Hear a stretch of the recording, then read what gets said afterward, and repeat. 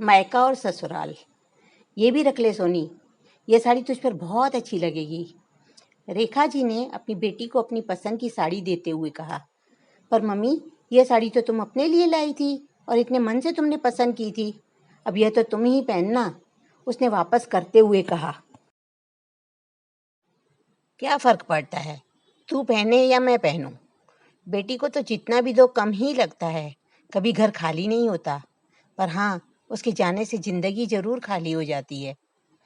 तू अब यह घर छोड़कर चली जाएगी तो मेरा घर तो सूना हो जाएगा। और उनकी आंखें भर आईं। रोती क्यों हो मम्मा?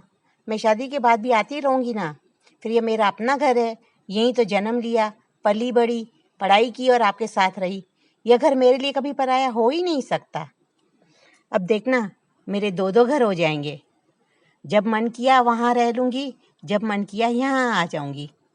इसी शहर में तो रहूँगी, मैं कौन सा विदेश जा रही हूँ।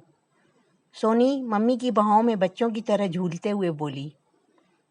सोनी, तुझे अभी कुछ पता नहीं है। शादी के बाद लड़की के दो दो घर होते हैं, लेकिन फिर भी उसे पराया धन ही कहते हैं। रेखा जी मन ही मन बुदबुदा कर रह गईं और वह ईश्वर से प्रार्थना करने लगी कि जैसा सोनी चाहती है वैसा ही हो, मेरी बच्ची सदा खुश रहे। रेखा जी के दो बच्चे हैं, बड़ी बेटी सोनी जिसकी शादी की तैयारियां चल रही हैं, और छोटा बेटा नयन जो अभी कॉलेज में पढ़ रहा था। बेटी दूर ना जाए, मिलने आती जाती रहे, इसलिए उसकी शादी उसी शहर में रहने वाले पंकज से तय कर दी। पंकज अपने माता पिता का इकलौता बेटा था, जो पिता के साथ ही मिठाई की दुकान संभालता था। उनकी मिठाई की दुकान के शहर में बड़े चर्चे थे। सोनी के पापा ने देखा कि लड़का अच्छा है और घर परिवार भी अच्छा है, तो रिश्ता तय कर दिया। जल्दी ही दोनों की शादी होने जा रही थी। रेखा जी व सोनी बातें कर ही रही थी कि सोनी की दादी भी कमरे में आ गईं और कहा, छोरी, यह क्या कह रही है तू? जब मन करेगा यहाँ आ जाएगी, ऐसा कहीं होता है भला? तेरी सास जब आज्ञा देंगी तभी तू इस घर में आएगी, और अगर सास कह दे कि बहू आ जा तो तुझे वापस जाना होगा। अरे बेटी को तो पैदा होते ही बोल देते हैं कि यह तो पराया धन है। बेटी दूसरे घर की अमानत होती है, माता पिता प्यार से पालते हैं, चाहे कोई राजा महाराजा ही क्यों ना हो, वह भी बेटी को ताउम्र घर पर नहीं रख पाता, उसे तो विदा करके ससुराल भेजना ही होता है। दादी, वह आपके जमाने में होता होगा, सब कुछ बदल गया है, लोगों की सोच भी बदल गई है। अब ऐसा कुछ भी नहीं होता है। आपके ज़माने में ना तो फ़ोन होते थे और ना ही कोई दूसरा साधन जो आप जल्दी से मायके पहुंच जाओ। आप तो अपने मायके वालों से मिलने के लिए, बात करने के लिए तरस जाते होंगे, पर आजकल तो वीडियो कॉल का ज़माना है। जब मन हुआ आपसे बातें कर लूँगी। और हाँ, मुझे ड्राइविंग भी आती है, मैं तो कार लेकर भी कभी भी आ जाऊँगी। यह घर मेरा है और सदा मेरा ही रहेगा। यह कमरा, इसका एक भी सामान इधर उधर नहीं होना चाहिए। मैं जब भी आऊँगी इसी अपने कमरे में रुकूंगी, और आप अपनी पुरानी सोच के चलते मेरे आने जाने पर ज़्यादा रोक टोक मत करना। सोनी हंसते हुए बोली। सोनी बेटी, मैंने ज़माना देखा है, कुछ चीज़ें कभी भी नहीं बदलती हैं, चाहे ज़माना कितना भी आधुनिक क्यों ना हो गया हो। दादी यह कहकर चुप हो गई। आखिर शादी का वो शुभ दिन भी आ गया। पंकज के साथ 7 फेरे लेकर सोनी जन्मों जन्मों के बंधन में बंध गई। विदाई के समय सोनी रोई नहीं और सबसे कहने लगी, ना कोई रोएगा और ना ही मुझे रुलाएगा, वरना मेरा मेकअप बिगड़ जाएगा। मैं हंसते हंसते जा रही हूँ और इस घर से हमेशा के लिए विदा नहीं हो रही हूँ, आती जाती रहूंगी।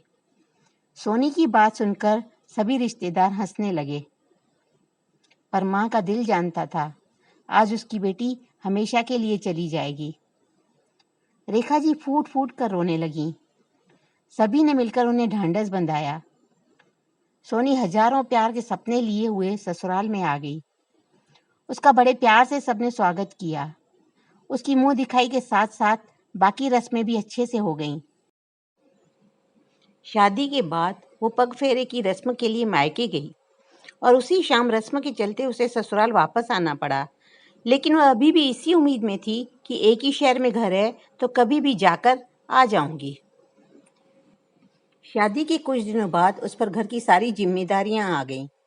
उसके ससुर जी और पति पंकज सुबह निकल जाते थे उन्हें टिफ़िन पैक करके देती थी। वो दोनों रात को ही दुकान से वापस आते थे। सोनी दिन भर घर की जिम्मेदारी और सास की सेवा में लगी रहती थी। सोनी की सास खुद कुछ काम नहीं करती थी और सोनी को भी वह दिन भर काम में लगा कर रखती। एक दिन उसका मन भर आया तो उसने सास से कहा कि वह कुछ दिनों के लिए मायके जाना चाहती है, पर सास ने मना कर दिया। बिना बात के मायके क्यों जाना है?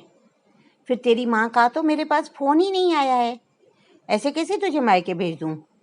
अब वो पराया घर है, जब देखो वहाँ मुँह उठाए चल देना अच्छा नहीं है। मायके भी जाना हो तो इज्जत से जाना चाहिए। अपनी सास की बात सुनकर सोनी हैरान रह गई। उसे तो लगा था कि वह कभी भी मायके आ जाएंगी। उसने अपनी मम्मी को फ़ोन लगाया और सारी बातें कह दी। हाँ सोनी, तेरी सास सही कह रही है। रही बात बुलाने की, तो तेरे छोटे भाई नयन का जन्मदिन आ रहा है।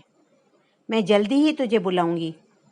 तू अपने घर में पूरे मन से रच बस जा, यह तेरे लिए अच्छा रहेगा।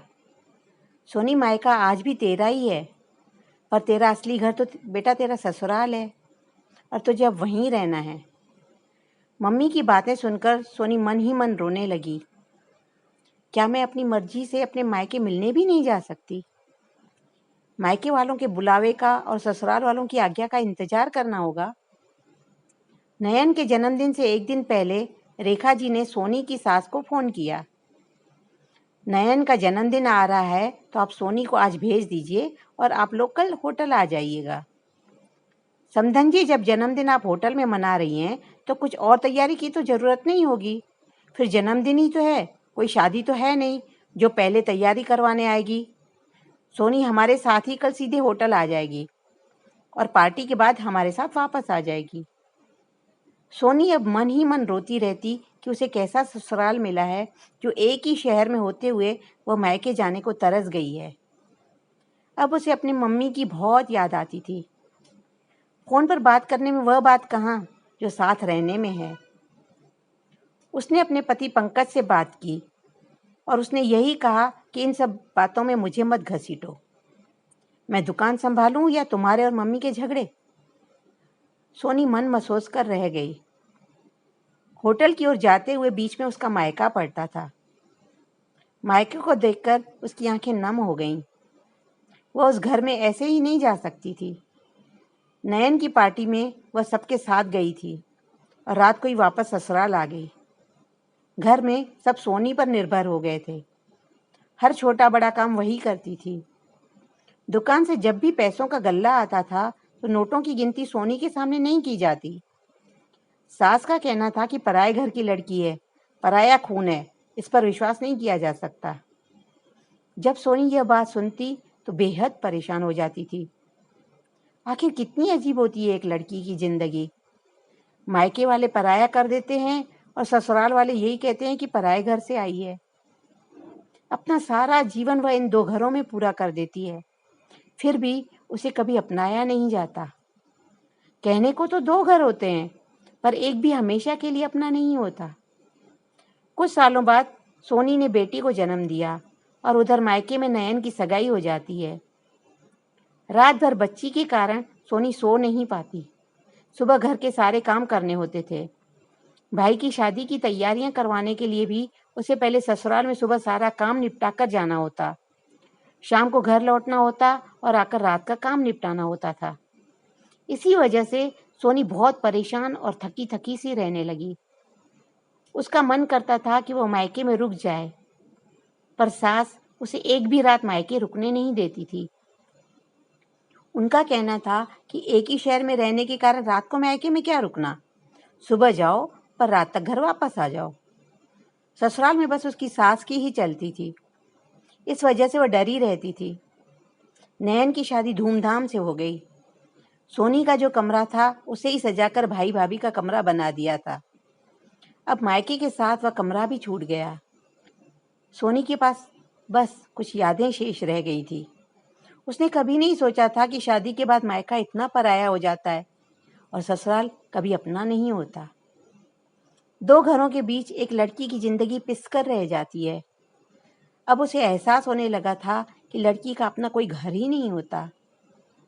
एक दिन उसके सास ससुर किसी संबंधी की मृत्यु पर कुछ दिनों के लिए शहर से बाहर गए थे। उसने पंकज से जिद करके मायके में रुकने की ठान ली। पंकज भी उसकी जिद के आगे झुक गया। सोनी की भाभी ने अपने घर की जिम्मेदारी संभाल ली थी और सोनी भाभी के साथ कुछ दिनों के लिए रहना चाहती थी। भाभी उसका बड़ा आदर करती, मीठी मीठी बातें करती, पर दोपहर में वह अपने कमरे में चली जाया करती थी। सोनी को लगता था कि भाभी हमारे पास भी तो बैठ सकती हैं, और सोनी अपनी मम्मी के कमरे में ही रहती थी। मम्मी से ढेरों बातें किया करती। एक दोपहर उसने खाना खाया और कुछ देर बाद उसे चाय की तलब लगी, तो उसने सोचा मैं ही चाय बना लेती हूँ और भाभी से पूछ लेती हूँ कि वह पिएंगी या नहीं। वह अपनी भाभी के कमरे की ओर जा रही थी और कुछ आवाज़ सुनकर रुक गई।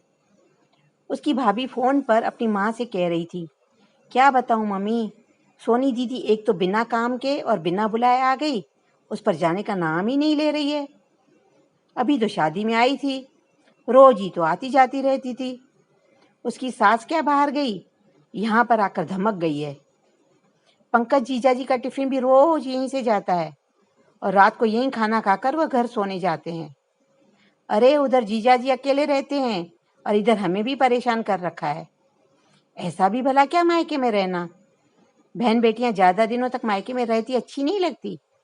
यह नहीं कि अपना घर संभाले, बल्कि मेरे घर में आग लगाने आ गई है। दिन भर दोनों माँ बेटी कमरे में घुसी जाने क्या क्या खुसर पुसर करती रहती हैं। उस पर अपनी बेटी को भी ले आई, दिन भर रोती ही रहती है। मेरा तो सिर दर्द हो जाता है, जरा भी चैन नहीं मिलता। अपनी भाभी के मुंह से यह सब बातें सुनकर सोनी के पैरों तले जमीन खिसक गई। उसे अपने कानों पर जरा भी विश्वास नहीं हुआ।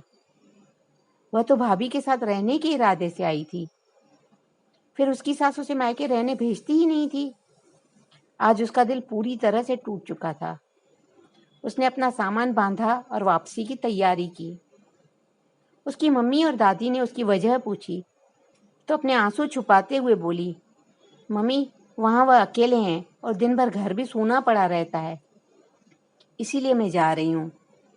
फिर दादी आप ही तो कहती थी कि बेटी तो पराया धन है, वह कब तक यहाँ रहेगी, मुझे अपना घर संभालने जाना ही होगा। आप दोनों सही कहते थे, पहले मुझे कुछ समझ नहीं आया, पर अब मैं सब जान गई हूँ। शादी के बाद लड़की के कहने को तो 2 घर होते हैं, पर उसका हक किसी भी घर पर नहीं होता। दादी आप बिल्कुल सही कहती थीं, जमाना कितना भी आधुनिक क्यों न हो जाए, कुछ रस्में और रिवाज कभी भी नहीं बदलते। आज सोनी अपनी मम्मी और दादी से गले लगकर फूट फूट कर रोई। अपनी विदाई में भी उसने एक आंसू नहीं बहाया था, पर आज उसके आंसू रुक ही नहीं रहे थे। सोनी अपनी बेटी और सामान को लेकर ससुराल चली गई। यह कहानी आपको कैसी लगी, हमें कमेंट करके ज़रूर बताएं। कहानी अच्छी लगी हो तो वीडियो को लाइक करें, शेयर करें व चैनल को सब्सक्राइब करें। धन्यवाद।